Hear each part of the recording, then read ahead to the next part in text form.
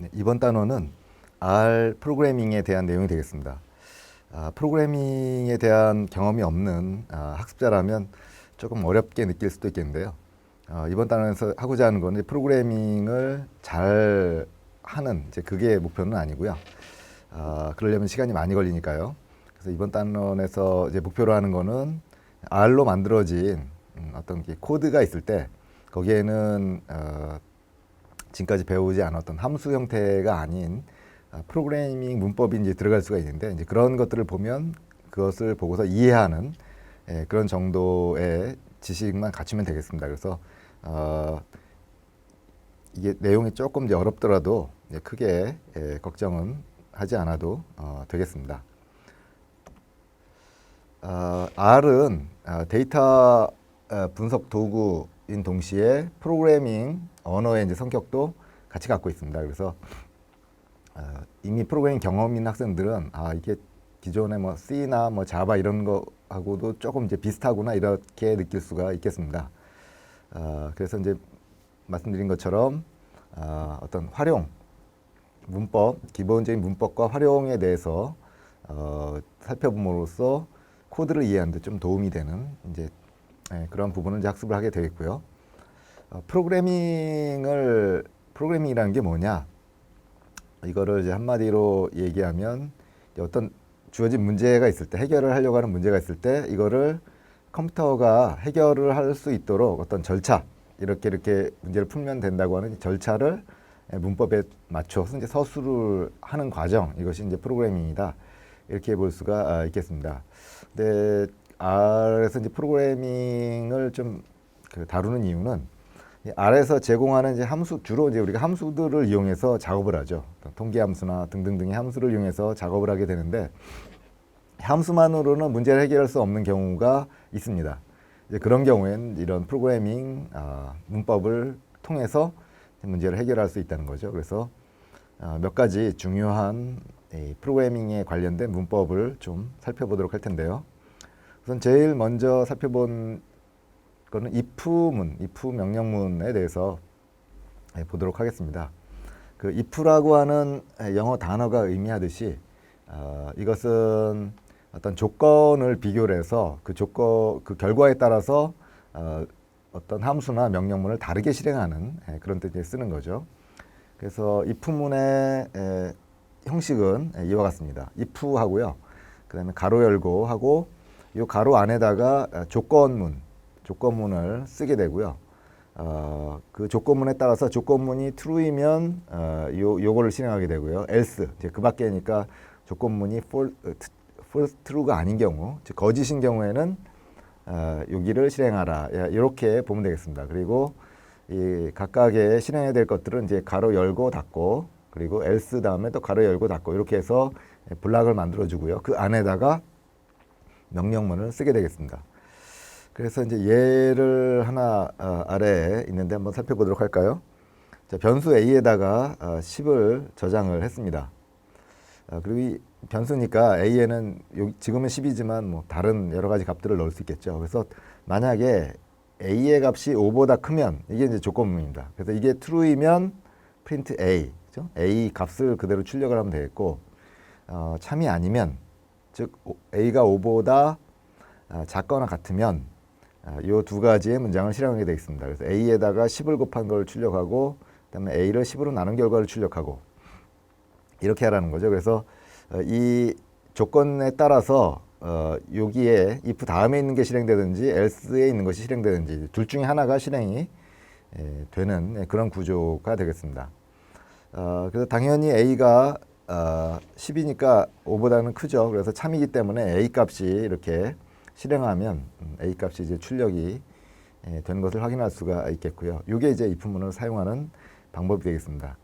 근데 if else를 쓸 때 이제 주의할 점은 if하고서 참인 명령이 가로 열고 닫고 이렇게 끝났죠. 그다음에 else를 쓸 때는 반드시 이 else가 이 가로 닫고 다음에 바로 이어서 와야 됩니다. 그래서 그래야 if하고 else가 연결이 되고요. 만약 else를 다음 라인에다가 쓰게 되면 if문이 끝났나 보다 이렇게 인식을 하기 때문에 올바른 결과를 얻을 수가 없습니다. 그래서 반드시 else를 쓰게 되면 if문이 끝나는 그 다음에 이어서 같은 줄에 else를 써야 된다. 이것을 좀 기억하면 되겠고요. 자, 다른 걸 해볼까요? 자, A에는 10을 저장하고 B에는 20을 저장했습니다. 변수 A, B가 10과 20을 가지고 있고요. 여기에도 마찬가지로 조건문인데 이번에는 보니까 A가 5보다 크고 and 그렇죠? 요 생각나죠? 논리연산자 and. 그래서 and는 조건과 조건을 연결하는데 A가 5보다 크고 이렇게 됐죠. 그 다음에 B가 또 5보다 크고, 즉 둘 다 만족을 해야 참인 거죠. 그런 경우라면 마찬가지로 A와 B를 더해서 출력하고 이 둘 중에 하나의 조건이라도 만족을 하지 않으면 else가 없죠. 그럼 아무것도 실행이 안 됩니다. 그래서 이런 경우는 이 조건을 만족할 때 이 문장이 실행되고 만족하지 않으면 실행이 안 되고 둘 중에 하나가 되겠네요. 예, 그리고 요 두 번째 if문은 보니까 A가 5보다 크거나 이렇게 되죠. 이건 or죠. 그렇죠? A가 5보다 크거나 B가 30보다 크거나 예, 그런 문장이 되겠네요. 그래서 이 or는 둘 중에 하나만 만족하면이죠. 그렇죠? 둘 중에 하나만 만족을 하면 참이다. and는 두 조건 모두가 만족해야 참이다. 예, 그래서 참인 경우에만 A 곱하기 B를 출력을 하는 그런 내용이 되겠네요. 그래서 이 두 가지 경우 다 조건문이 참이죠. 참이기 때문에 첫 번째에서는 A와 B를 더한 30이 출력이 됐고요. 두 번째 if문에서는 A와 B를 곱한 200이 이렇게 출력된 것을 확인을 할 수 있겠네요. if문하고 비슷한데요. if else라고 하는 그런 명령이 있습니다. 자, 이것도 이제 if else를 합쳐놓은 거라고 보면 되겠는데 A에는 10, B에는 20 이렇게 들어가 있는데 요거는 세 부분으로 돼 있죠. 세 컴마에 의해서 세 파트로 돼 있는데 if else가 첫 번째 문장은 이게 조건절입니다. 제일 첫 번째 파트가 조건절인데 A가 B보다 크냐라고 물어보게 되고요. 그 다음에 두 번째하고 이제 세 번째가 있는데 이 두 번째가 뭐냐면 이 조건이 만족할 때 얘를 실행하라 이런 뜻이고요. 이 조건이 만족하지 않으면 얘를 실행하라 이렇게 되어 있습니다. 그래서 두 번째 있는 게 만족할 때 실행할 명령, 그 다음에 만족하지 않을 때 실행할 게 세 번째 이렇게 되어 있습니다. 그래서 실행할 명령이 간단한 경우는 이와 같이 if else를 써서 이렇게 한 줄에 쓰는 것이 보기가 편하다 이제 그런 얘기가 되겠습니다. 그래서 예를 보면은 이 문장은 이거하고 정확히 내용이 같다 이렇게 보면 되겠습니다. 그래서 이제 A가 10, B가 20인데 A가 B보다 크면 A를 C에 저장하고 그렇죠? A에 이거죠, 그렇죠? 그 다음에 아니면 B를 C에 저장하고 이거죠. 그래서 이렇게 if else는 if문, else문 이렇게 나눠서 쓸 걸 갖다가 간단하게 이렇게 줄여서 쓰는 좀 편리한 그런 기능이다. 이렇게 이해를 하면 될 것 같습니다. 자, 여기까지 if문을 한번 같이 따라서 해보도록 하겠습니다. 자, if문 배운 거 한번 해볼까요? 자, A에다가 10을 저장을 하고요. 컨트롤 엔터. B에다가 20을 저장을 하고 if문을 실행을 하면 실행이 될까요? 했더니 30 실행이 됐네요. 조건을 만족했다는 얘기죠. 그다음에 이번에는 이 문장을 실행하면 어떻게 될까요? 이 문장도 실행이 됐습니다. 즉 조건문을 만족을 했다는 얘기죠. 그 다음에는 A, B에 각각 10과 20을 넣고 그 다음에 if else문을 실행을 하면 어떻게 될까요? 20. 20이 실행이 됐죠. 그래서 그럼 C에 뭐가 저장됐나 한번 보면 20이 저장된 것들을 확인할 수 있습니다. 그 다음에는 A에 10을 저장하고 B에 20을 저장하고 A가 B보다 크면 이걸 저장하고 아니면 밑에 걸 하고 그래서 C에 뭐가 A가 들어있을까 B가 들어있을까 이렇게 보면 20, 즉 B가 들어있죠. 조건문에 의해서 이렇게 실행이 됐습니다. 자, 두 번째로 살펴본 명령은 for문이 되겠습니다. for문은 소위 이제 반복문 그래가지고요. 어떤 명령을 반복해서 수행할 때 쓰는 문법이 되겠습니다. 뭘 반복할까를 보니까 일단 여기 for문이 있는데요. for문하고서 가로 열고 가로 닫고 있죠. 그래서 이 안에 있는 요 내용이 반복해서 실행된다 이렇게 보면 되겠습니다. 그래서 이거를 보니까 그럼 어떤 식으로 반복을 하는 거냐 이런 얘기인데, 자 여기에 반복을 몇 번 할까를 정해주는 것이 여기에 있습니다. 1땡 10 그러면은 뭐였죠? 1, 2, 3, 4, 5, 6, 7, 8, 9, 10이었죠. 그래서 이 반복문의 경우에는 10번이 반복해서 실행된다. 즉, 요 내용이요. 요 내용이 10번이 반복돼서 실행된다. 그렇게 이해하면 되겠습니다.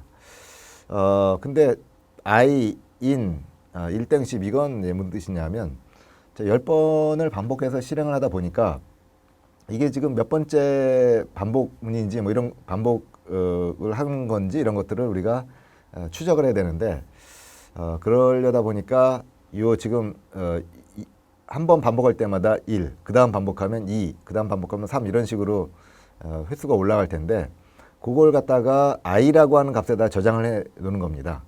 그래서 i 값은 처음 반복할 때는 1이 되고요. 여기 있는 값에 따라서 그 다음에 두 번째 반복할 때는 2가 되고, 이런 식으로 i의 그 반복 여기에 있는 값이 하나씩 증가할 때마다 그 값이 i에 저장이 됩니다. 그래서 이걸 이용해서 뭔가 작업을 할 수 있다는 거죠. 그래서 이 문장은 어떤 뜻이 될까요?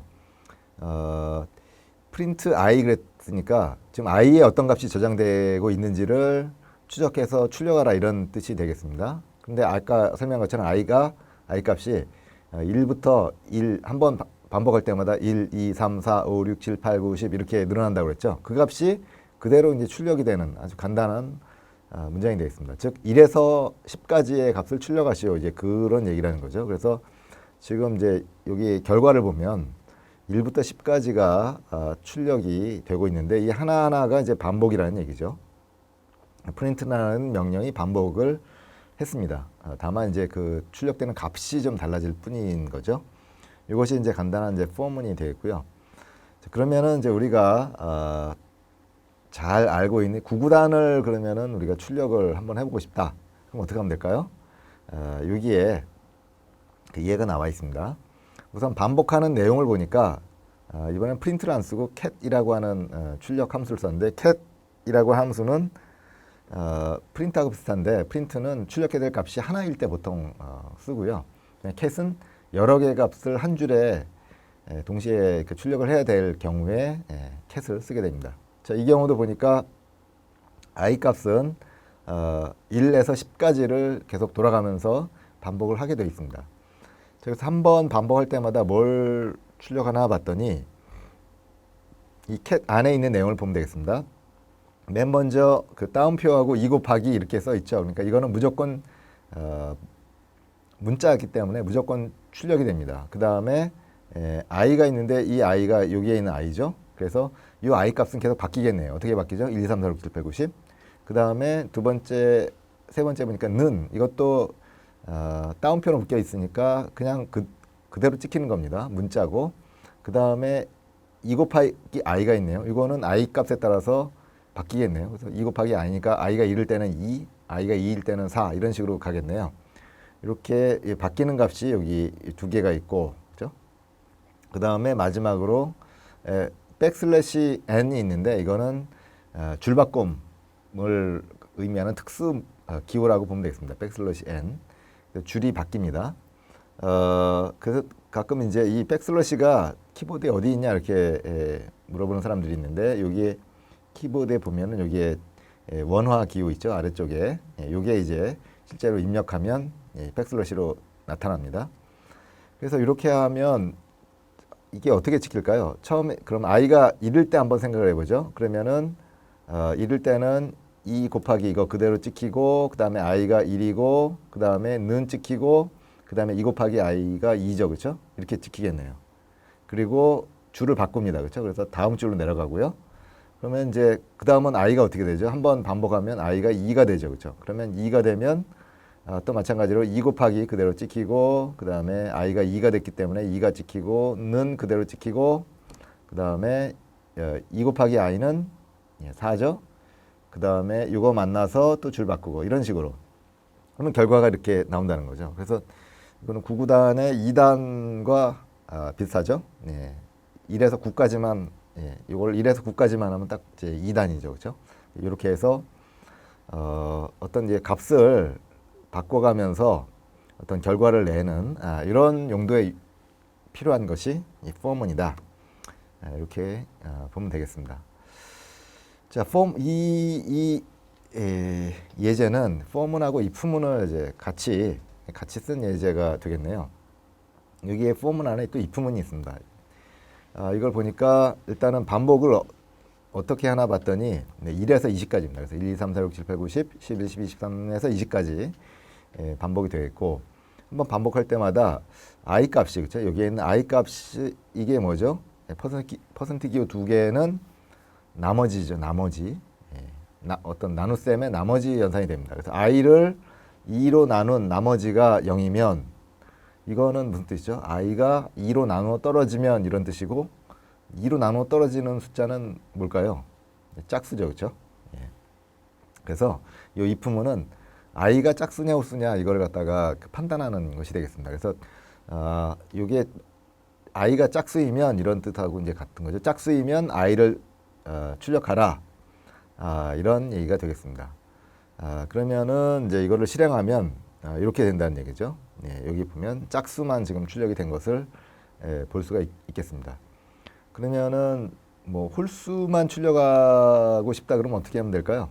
홀수만 출력하고 싶으면 이거를 갖다가 어떻게 바꾸면 되죠?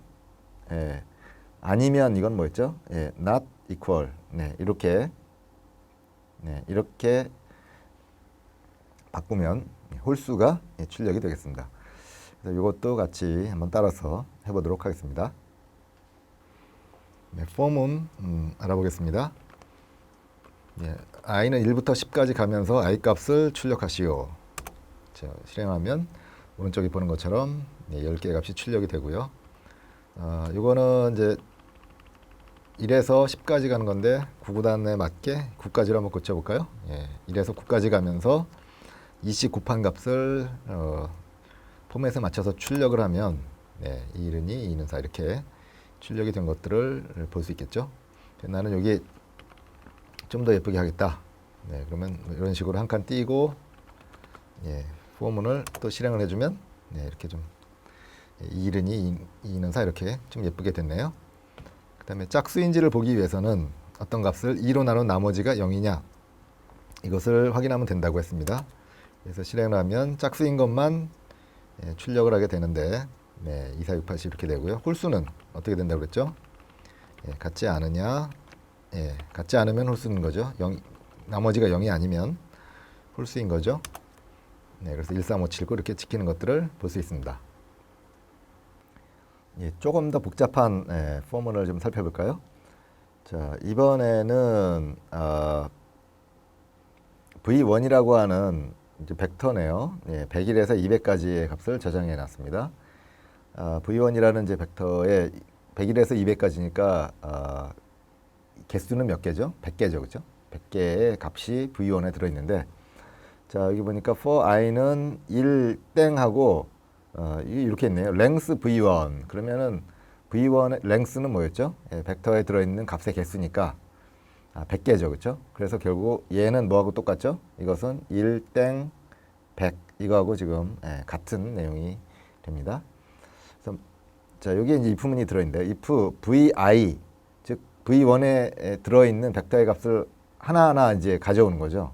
그래서 101에서 200까지의 값을 하나하나 가져오면서 그거를 2로 나눈 나머지가 0이면 즉 짝수이면 그 벡터에 있는 값에다가 2를 곱해서 출력을 하고 else는 뭐죠? 홀수이면 이 되겠죠. 홀수이면 원래 들어있던 값에다가 2를 더하여 출력하라 이렇게 되어 있습니다. 자, 그래서 여기에 결과를 보니까 처음에는 103이 됐습니다. 자, 이게 왜 103이 됐는지를 이해해야 되죠. i가 1부터 시작이 되기 때문에 v1에 있는 첫 번째 값이 뭐가 되죠? 101이죠. 그렇죠? 101. 그럼 101은 짝수인가요? 홀수인가요? 네, 홀수죠. 그러니까 요게 실행이 된 거죠. 그래서 101 더하기 2 그래가지고 103이 된 겁니다. 그러면 이제 그 반복이 하나 끝났죠. 자, 두 번째 반복으로 가가지고 그러면 이번에 i가 몇이 되죠? 2가 되죠. 그럼 v1의 두 번째에 있는 값 얼마죠? 102를 가져오게 됐죠. 102. 102를 2로 나누면 짝수죠. 그러니까 요게 출력이 되죠. 그래서 102 곱하기 2 그러니까 204가 출력이 됐죠. 이런 식으로 해서 쭉 이렇게 200까지 가면서 계산을 해서 보여주게 됩니다. 자, 요거는 뭘까요? 한번 보겠습니다. 자, sum이라고 하는 변수를 지정해서 0을 저장해 놨습니다. 그래서 sum에는 0이 들어있는데 여기 보니까 i가 1부터 100까지 움직입니다. 그렇죠? 근데 sum에 들어있던 값에다가 i를 더해서 다시 sum에다가 겹쳐 쓰기를 하고 있습니다. 그러면은 몇 번만 따라가 볼까요? i가 1이면 어떻게 되죠? i가 1일 때는 sum이 얼마였죠? 위에서 0이죠. 그렇죠? 0 더하기 1은 1. 그렇죠? sum이 1이 됩니다. 그렇죠? sum이 이제 1이 되고요. 그 다음에 반복이 한번 끝났으니까 이제 두 번째가 되면 i가 이번엔 2가 되죠. 그러면 i가 2가 되고 sum이 아까 얼마였죠? 1이었죠. 그래서 1 더하기 2 그러니까 sum이 이번엔 3이 되겠죠. 그래서 sum이 3이 됩니다. 그 다음에 세 번째 돌면 어떻게 되죠? i가 이번에는 3이 되죠. 그렇죠? 그 sum이 얼마였죠? 3이죠. 그러면 3 더하기 3 그래가지고 sum이 이번에는 6으로 바뀌죠. 이런 식으로 해서 쭉 sum 값이 계속 바뀝니다. 그게 이제 100까지 갈 때까지. 그러면 이게 뭐 하는 걸까요? sum에다가 계속해서 1을 누적하고 2를 더해주고 3을 더해주고 이런 거죠. 그래서 결국 얘는 최종적으로는 뭐가 남냐면 1부터 100까지의 합계가 sum에 저장되죠. 그렇죠? 예. 이렇게 하는 겁니다. 그래서 이 반복문을 쓰는 거는 이런 식으로 어떤 계속해서 반복하면서 어떤 이제 작업을 해서 어떤 값을 두 개를 낸다든가 물론 이거는 이제 이렇게 안 해도 방법이 있는데 이런 식으로 이렇게 포문을 써서 쓸 수 있다. 예, 그렇게 이해하면 될 것 같고요. 그래서 1에서 100까지의 합이 얼마죠? 예, 여러분이 이렇게 많이 본 5050 많이 본 값이죠. 이 값이 출력이 되겠습니다. 이것도 같이 해보도록 합시다.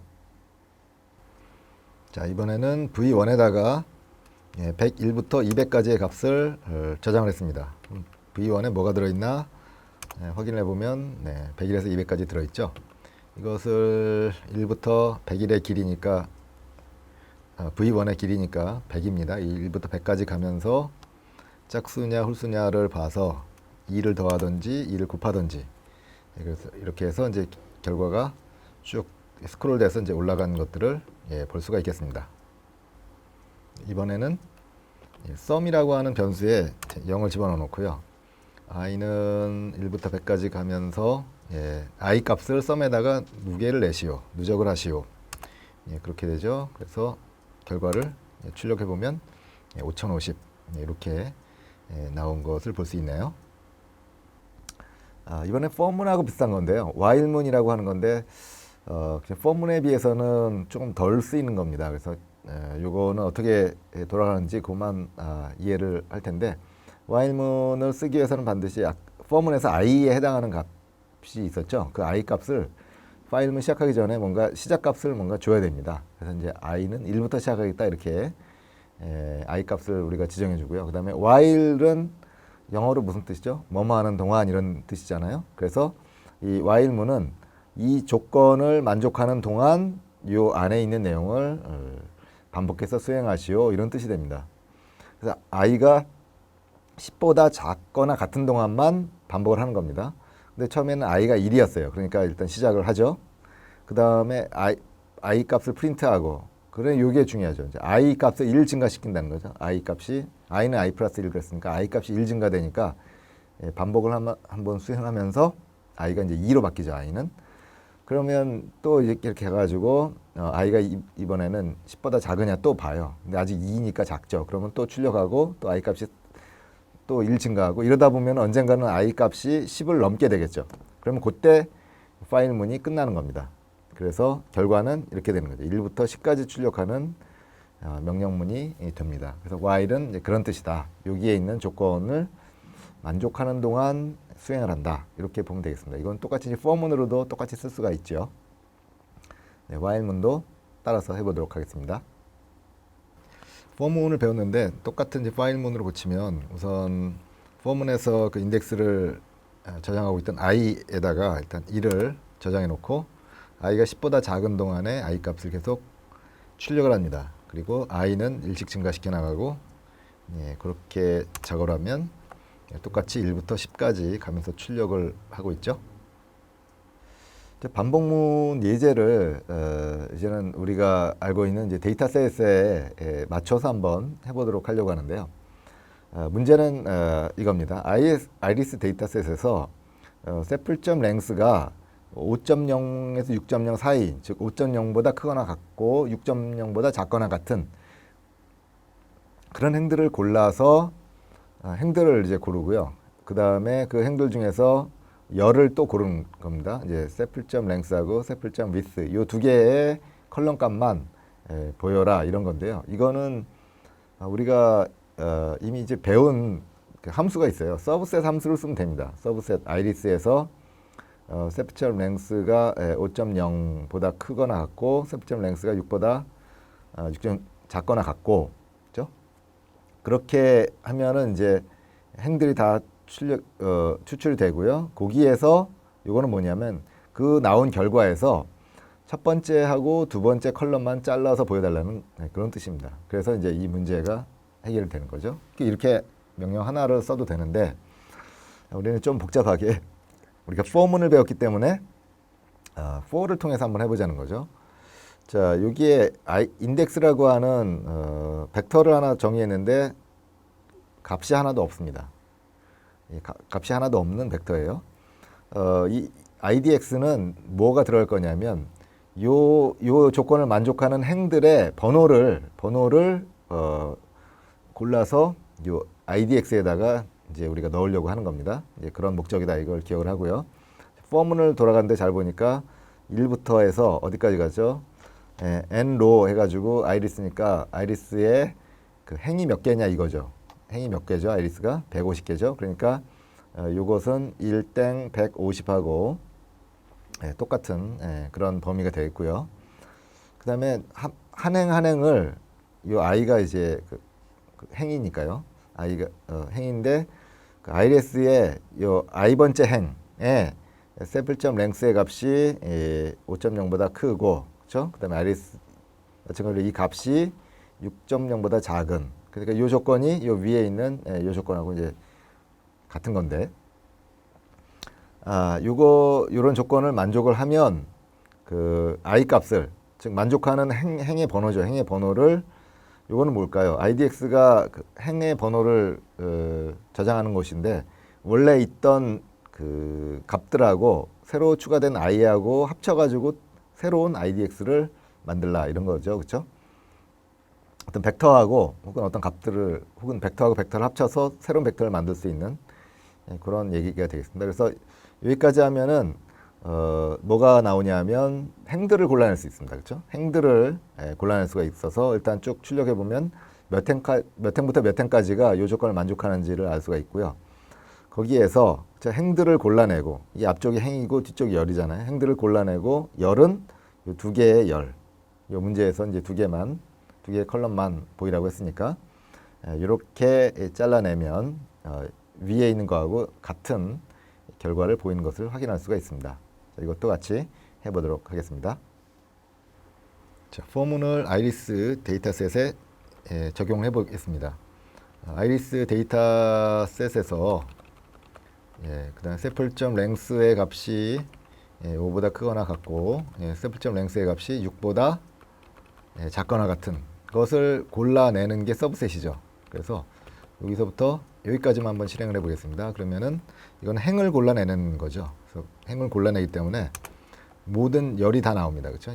열이 다 나오는데 이것 중에서 첫 번째 열과 두 번째 열만 고르시오 하는 게 여기에 있는 내용이죠. 그래서 다시 전체를 실행을 하면 전체 컬럼이 아니라 이렇게 두 개의 컬럼만 나오는 것을 확인할 수 있고요. 이걸 이제 폼으로 실행을 하려면 행을 골라내는 IDX를 일단은 하나 만들고요. 물론 IDS에는 아무것도 현재는 없습니다. 이 상태에서 조건에 맞는 IDX만 골라내는데 I 값을 계속 IDX에 지금 합치고 있는 상황이죠. 그래서 이거를 실행을 하면 IDX에 뭔가 값이 들어왔고 IDX를 출력을 해보면 1행, 5행, 6행 이렇게 해서 해당되는 행들을 이제 찾은 것을 알 수 있습니다. 그러면 IDS에서 해당되는 행들에 대해서 골라내고 열은 여기에 있는 두 개의 열만 보이시오. 이렇게 된 거죠. 그래서 출력을 하면 앞에와 똑같은 결과를 볼 수 있습니다. 그래서 포문하고 파일문이 있는데 이게 언제 그 포문을 쓰고 언제 while을 쓰느냐 뭐 이런 질문을 가끔 합니다. 그래서 반복 횟수가 처음에 이미 알고 있는 거, 예를 들면 이건 딱 100번 반복한다 이렇게 정해진 거는 이제 포문을 쓰고요. 그 다음에 어떤 결과에 따라서 반복 횟수가 달라질 수 있다 그런 경우는 이제 while을 쓰는 것이 일반적이다 이렇게 일단 기억을 해두면 되겠고요. 그 다음에 이제 변수를 이제 뭐 초기화해야 된다 이런 얘기가 있는데요. 이건 뭐냐면 자 이거 보십시오. 1부터 100까지의 합을 SS라고 하는 어떤 변수에다가 저장하려고 해요. 그러면 SS라는 이제 변수가 필요할 텐데 이 경우는 어떻게 되죠? 일단 처음 들어가면은 i가 1이죠. 그래서 i 값을 SS에다가 더하려고 하는데 그죠? 더해서 SS에 저장하려고 하는데 이 더하려고 하는 SS라고 하는 것이 앞에 없죠. 그러면 여기서 에러가 난다는 얘기죠. 그래서 에러가 안 나기 위해서 여기에 그 SS가 여기에 있어야 된다는 얘기죠. 뭔가. 그래서 여기에 이렇게 존재를 합니다. 그래서 이런 식으로 쓰려면 여기에 중간에 쓰이는 이 SS가 먼저 정의가 되어 있어야 에러가 안 난다. 그런 얘기인데요. 이것도 실제로 해서 에러가 나는지 확인을 해보겠습니다. 네, 이 첫 번째 포문은 앞에 설명한 것처럼 SS에다가 I 값을 더해서 SS에 저장을 하는데 지금 I에 더해줄 SS 값이 정의가 안 되어 있는 상태죠. 그래서 이 포문을 실행을 하게 되면 에러가 납니다. 그래서 에러가 내용이 뭐죠? 오브젝트 SS가 없다 이렇게 나오죠. 그래서 변수를 쓰려면 반드시 변수의 어떤 값인가는 넣어놓고 써야 되는데 우리가 SS에다가 뭔 값인가를 넣은 적이 없습니다. 그래서 에러가 나는 것이고요. 그래서 에러가 안 나게 하려면 SS에 어떤 값인가는 넣어놔야 된다. 그래서 이제 초기값으로 0을 넣어놓고 실행을 하면 에러가 안 나고요. SS에 이렇게 정상적으로 값이 저장이 되는 것입니다. 연습 문제는 이제 여러분이 해보도록 하겠고요. 이번엔 이제 함수인데요. 우리가 R을 배운다고 하는 것은 이제 함수의 사용법을 배운다. R에서 제공하는 함수의 사용법을 배운다. 거의 이제 그런 내용이다라고 했는데, 근데 그러면 이런 생각을 해야죠. 그럼 우리도 함수를 우리도 만들 수 있지 않을까? 자기만의 함수를 만들어 쓸 수가 있습니다. 그것이 이제 소위 사용자 정의 함수 이렇게 부르죠. 그래서 내가 자주 하는 그 작업은 반복적으로 하는 작업은 함수로 만들어 놓으면 그런 작업의 내용을 일일이 다 하지 않아도 함수 한 번만 호출하면 결과가 딱 나오는 거잖아요. 그래서 매우 편리합니다. 그래서 내가 함수를 만들 줄 알면 여러모로 이제 편리하게 되겠는데 뭐 R은 이제 다양한 함수를 이제 패키지 형태로 이제 제공을 하죠. 그래서 사용자도 함수를 이런 sum, max, 뭐 min 이런 식으로 있었던 것처럼 우리도 함수를 만들어 쓸 수가 있겠는데 그 내용을 좀 알아보겠습니다. 자, 사용자 정의 함수의 기본적인 형식은 이와 같습니다. 이거만 보면 이제 뭐 어떻게 되는지 알겠는데 우선 mymax라고 하는 변수처럼 보이는데 이게 이제 함수의 이름입니다.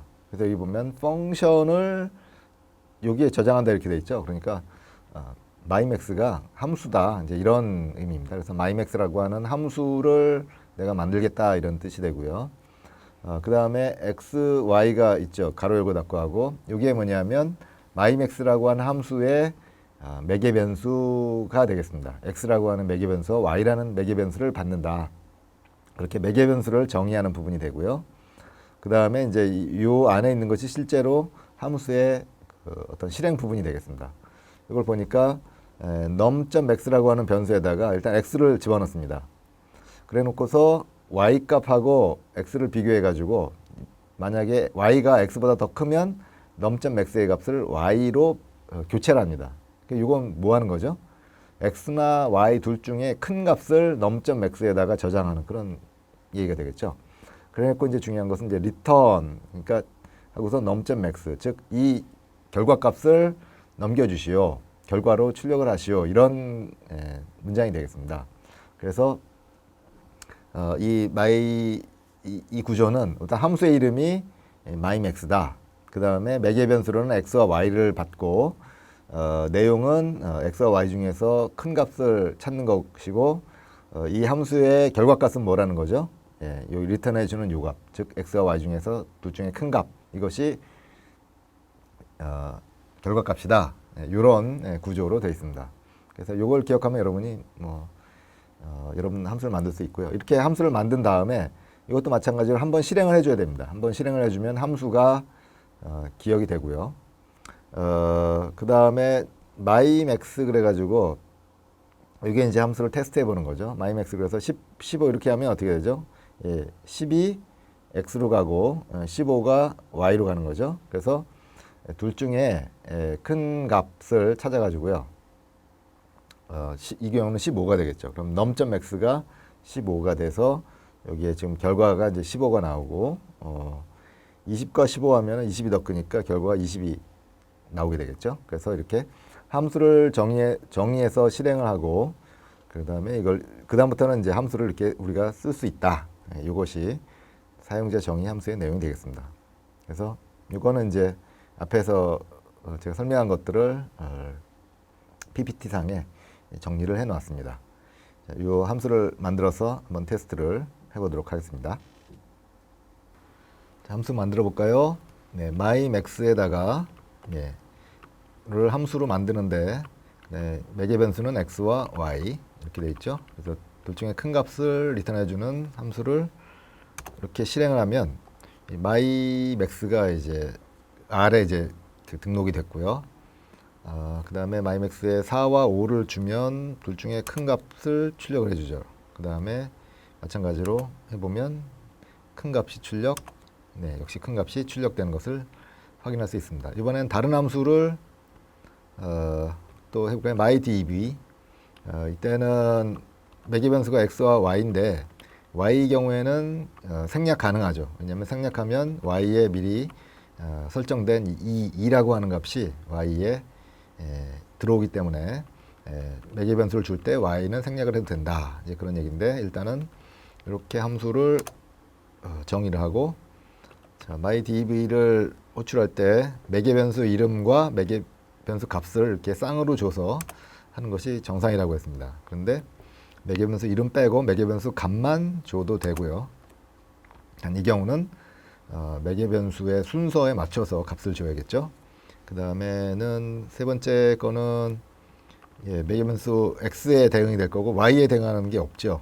그래서 이 경우는 사전에 선언된 y는 2, 이게 적용돼서 실행이 돼서 5, 10을 2로 나눈 5가 리턴이 됩니다. 자, 함수에서 디폴트 밸류라고 하는 개념이 있습니다. 디폴트 밸류는 여기에 보면은 이번에 이제 myDB인데 x와 y라고 하는 매개 변수를 받겠다는 얘기예요. 두 개의 매개 변수를 받는데 여기 보니까 이번에 y는이 이렇게 했죠. 이게 바로 이제 디폴트 밸류입니다. 2가 디폴트 밸류입니다. 디폴트 밸류의 의미는 뭐냐면 원래 이 myDB라고 하는 함수는 x와 y 두 개의 값을 받아야 돼요. 그럼 사용자가 여기다가 값을 줘야 됩니다. 호출할 때. 근데 사용자가 이 값을 안 준 거예요. 생략을 한 겁니다. 생략을 하면은 여기는 매개 변수가 두 개가 있어야 함수가 돌아가는데 생략을 하면은 정상적으로 실행이 안 되겠죠. 그런 경우에 만약에 사용자가 생략했을 경우에 이 값을 초기에 지정해 놓은 임의의 값으로 지정을 해서 실행을 하라 이런 뜻입니다. 그러니까 다시 정리하면 사용자가 이 값을 주지 않으면 이 값을 y로 넣어주라 이런 의미가 되겠습니다. 그래서 이것을 소위 디폴트 밸류 즉 초기값 이렇게 부르기도 하죠. 사용자가 주지 않으면 사전에 정의된 초기값이 인풋이 된다. 예, 그것이 이제 디폴트 밸류가 되겠습니다.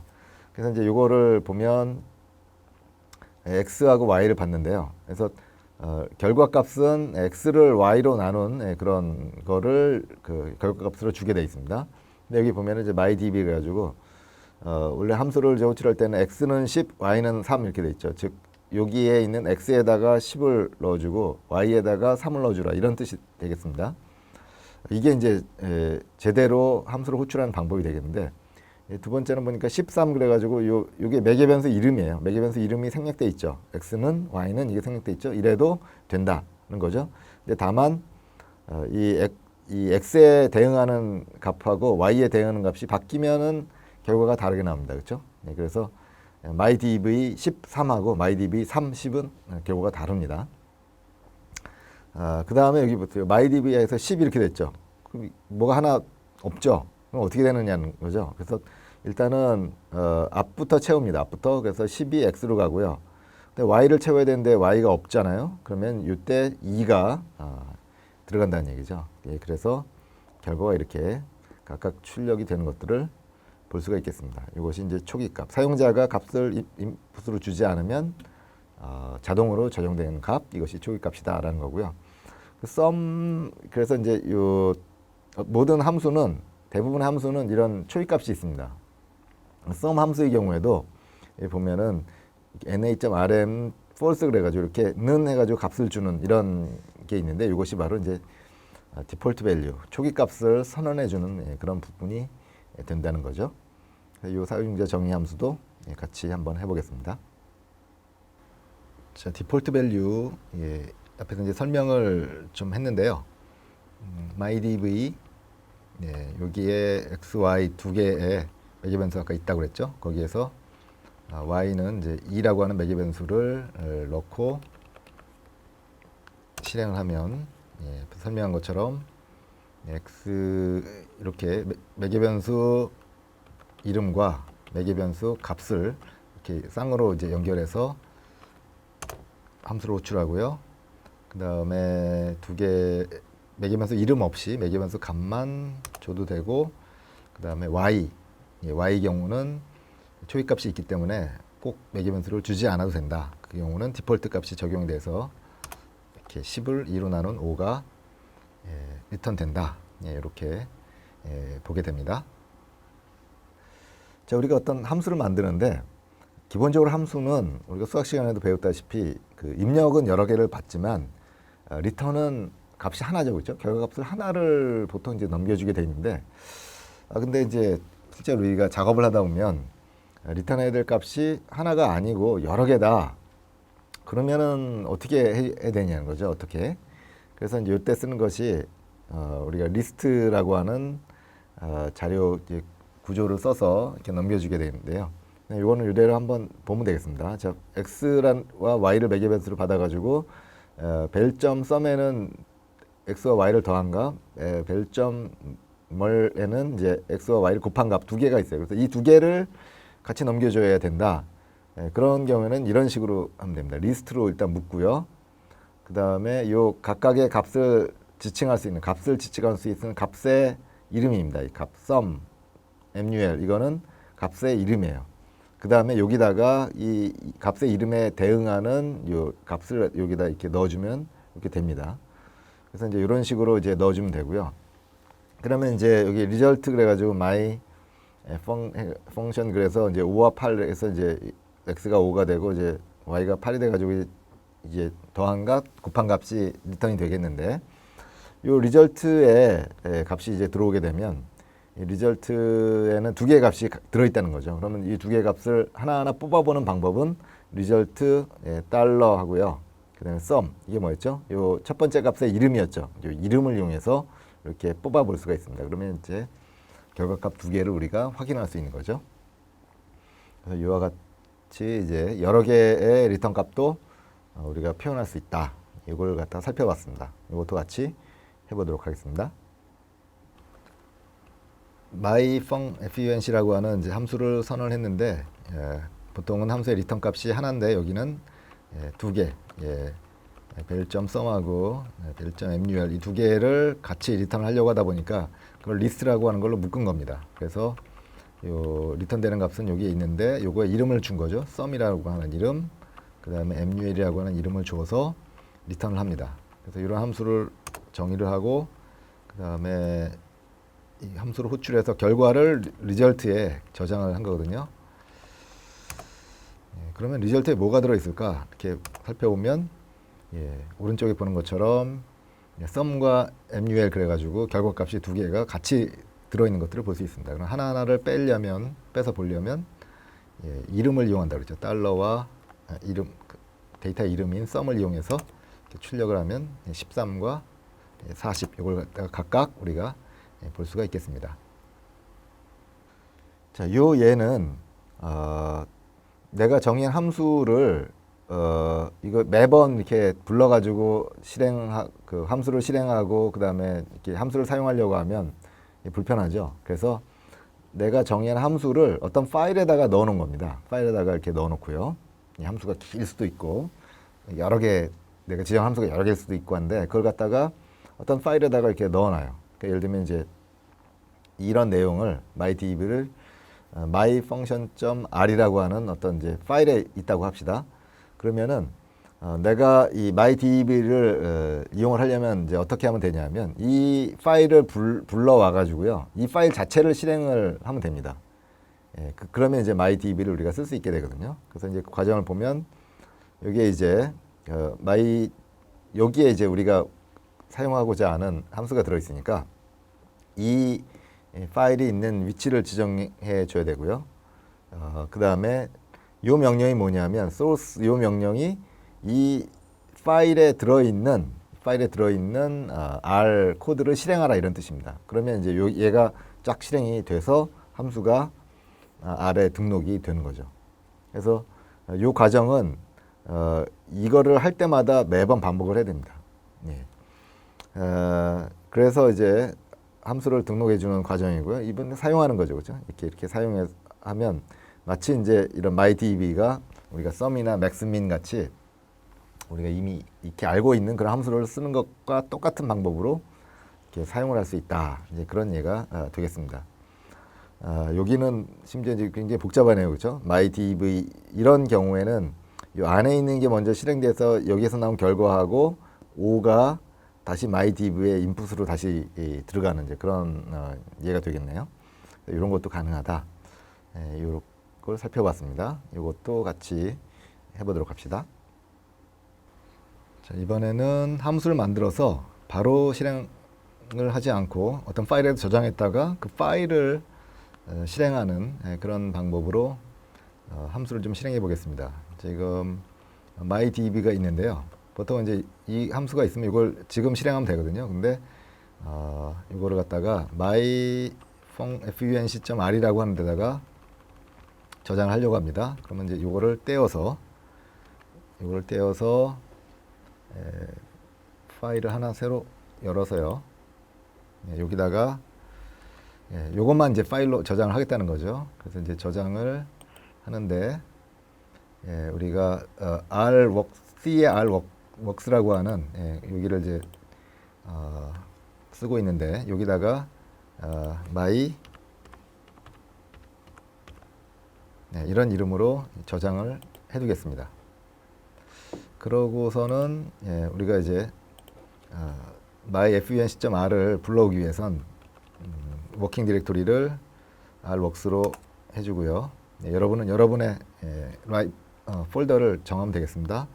그 다음에 source 이렇게 하면은 myfunc.r에 있는 거기 뭐가 있죠? 요게 있죠. 요게 실행이 된 겁니다. 눈에 보이지는 않았지만 그래서 진짜 됐나 보면 myDB가 실행이 되면 이 소스가 성공을 한 거죠. 그래서 A에 잘 됐네요. 근데 B도 예, 이런 식으로 A와 B 해보면 들어있고요.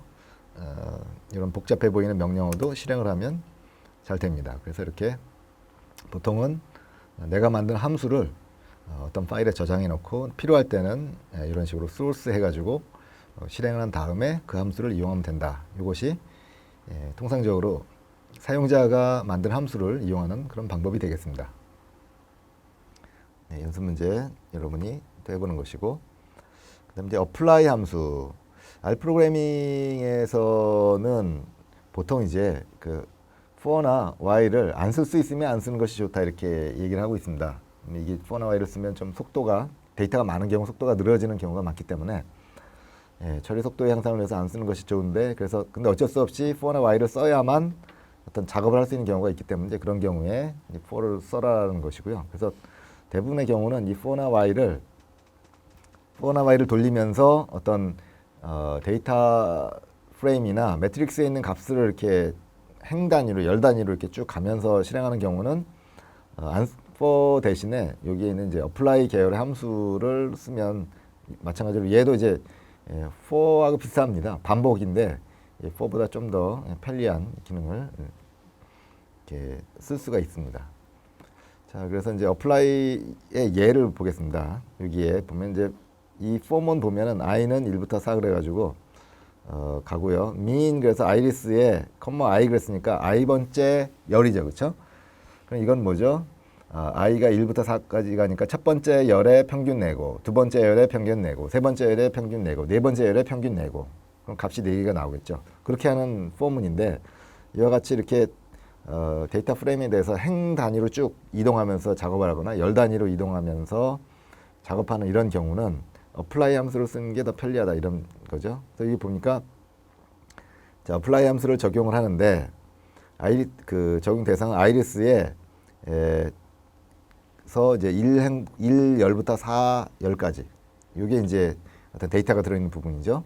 거기에다가 평균을 적용하라 이제 그런 얘기예요. 평균을 적용하라 이렇게 되어 있고요.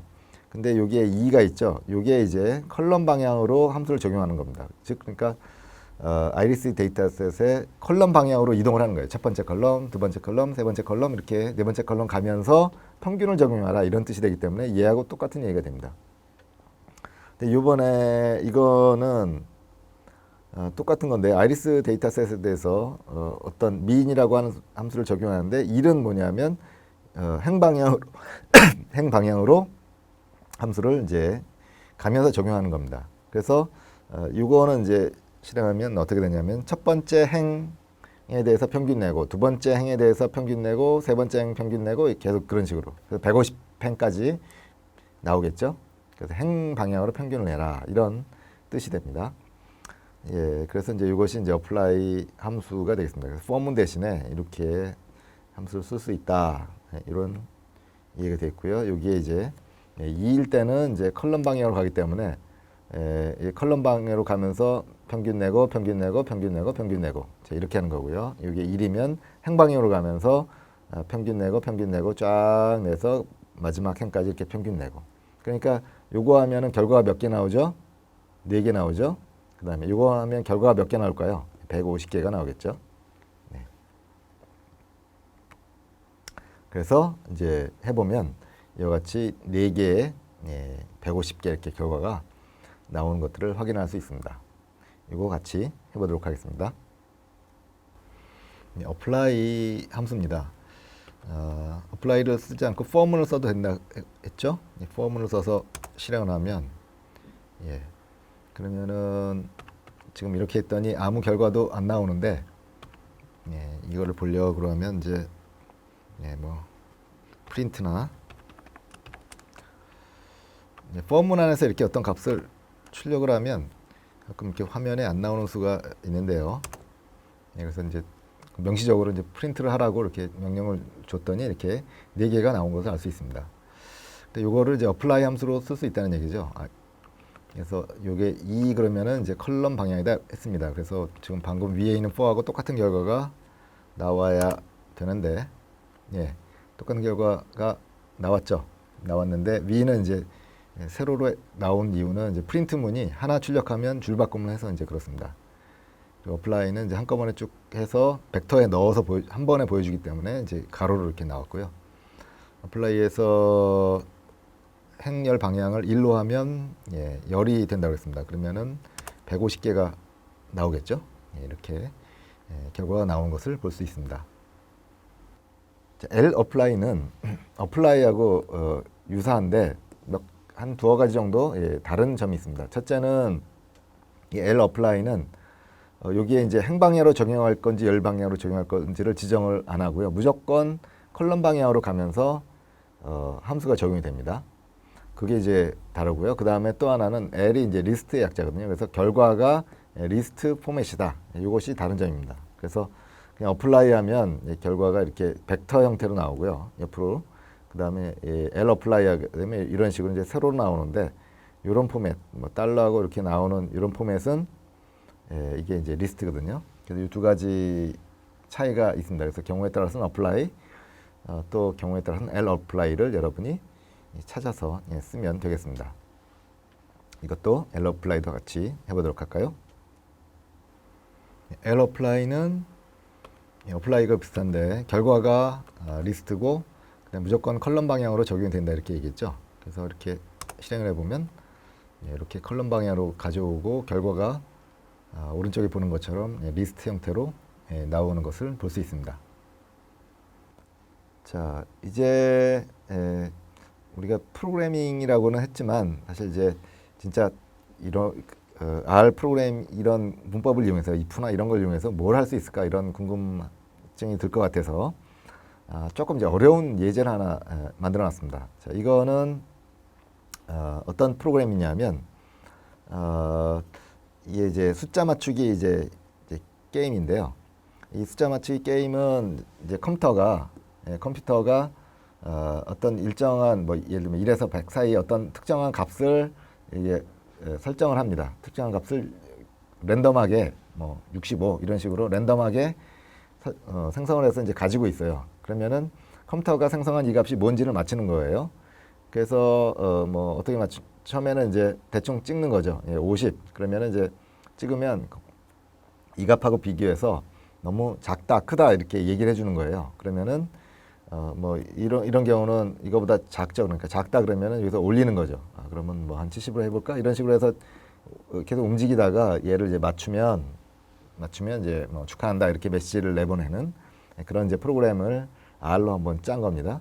근데 이거를 하려고 하다 보니까 우리가 명령을 하나 배워야 되는데 화면에서 사용자가 50, 70 이걸 입력하면 이걸 받아야 되는데 그게 이제 이 명령이다 이렇게 보면 되겠습니다. 일단 리드 라인 그래가지고요. 프롬프트에서 뭐 숫자를 입력하세요 이렇게 하면 숫자를 입력하세요 라는 말이 나오고요. 이렇게 말이 나오고 여기서 껌뻑껌뻑 하고 있습니다. 그럼 여기다 사용자가 뭐라고 입력을 하고 엔터를 치면 그 값이 n으로 이렇게 저장이 되는 이제 그런 명령이다 이렇게 보면 되겠습니다. 그래서 이 n 값을 가지고서 프로그램은 사용자가 뭘 입력한지를 이제 확인하는 이제 그런 게 되겠는데, 그래서 이거를 이제 실행을 하면 자, 요 첫 번째 문장은 컴퓨터가 임의의 숫자를 생성하는 겁니다. 이게 run if라고 하는 것이 임의의 숫자를 생성하는데 1 그러면은 0부터 1 사이에 숫자를 생성을 해요. 그래서 뭐 0.006 뭐 이런 식으로 해요. 0.1, 0.79 이런 식으로. 근데 요거를 이제 곱하기 100을 하고 곱하기 100을 한 다음에 디짓은 0 그러면은 어떻게 되냐면 소수점 두 자리가 정수 부분으로 옮겨오겠죠. 그리고 이게 이제 소수점 이하 자릿수인데 그걸 0으로 만들기 때문에 소수점 이하는 없다.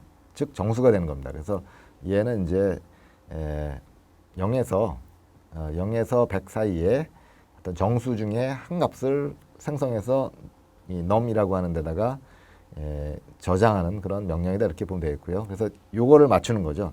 우리는 현재로서는 num에 뭐가 들어있는지는 알 수 없고요. 일단은 guess 이게 이제 사용자가 입력하는 사용자가 이렇게 대충 추측하는 값이 들어가는 그런 변수가 되겠습니다. 처음에는 이제 마이너스 1을 무조건 넣어놨습니다. 그 다음에 이제 출력을 한 거죠. guess or number between 0에서 100 사이의 값을 추정해 봐라 이렇게 하고요. 그 다음에 while문을 도는데 언제까지 도냐면 맞출 때까지 돕니다. 맞출 때까지 도는데 guess가 nome이 아닐 때까지. 그러니까 못 맞춘 거죠. 그렇죠? 못 맞춘 동안은 계속 돌아라 이런 거고요. 못 맞췄으면 어떻게 하냐면 사용자한테 값을 입력을 받는 거죠. 그래서 그 입력 받은 값을 as.integer는 입력받은 값을 정수로 바꾸는 겁니다. 그래서 보통 화면에서 뭔가를 입력을 받으면 그게 숫자, 모양은 숫자라도 숫자가 아니거든요. 그래서 이제 숫자로 바꿔서 guess에 저장을 하고요. 그래서 guess하고 num이 같으면 축하한다 하고서 축하한다 하고 이제 하게 되는 거고, 그 다음에 만약에 guess한 값이 정답보다 작으면 너무 작으니까 좀 올려라 이렇게 되는 거고, 너무 크면 정답보다 크니까 좀 줄여라 이렇게 되는 겁니다. 그리고서 만약에 정답이었다면 어떻게 되죠? 정답이었다면 루프를 돌았을 때 이거에서 같지 않으냐 이렇게 물어보는데 같게 됐죠. 그러니까 이 조건을 만족하지 않기 때문에 while문이 끝나는 겁니다. 즉 그래서 정답을 맞추면 끝나는 건데, 이거를 한번 실행하면서 한번 게임을 한번 해보도록 그렇게 하겠습니다.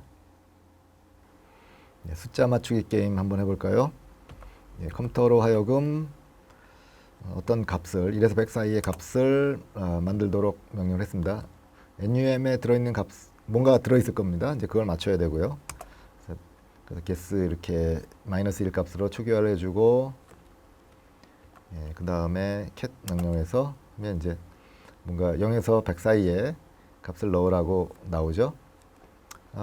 그러고서 이제 while문을 실행을 합니다. 그러면은 쭉 해가지고 넘버를 맞춰보라고 하는데 50 한번 넣어볼까요? 여기에 이쪽으로 와서 자 50. 그러면 너무 크답니다. 그러면은 25. 너무 작네요. 그럼 50과 25 사이에 있는 것들을 알 수 있죠. 40. 40이 맞는 모양이네요. 축하한다고 나왔습니다. 이런 식으로 작동이 됩니다. 연습 문제 3은 또 여러분이 해보도록 하고요.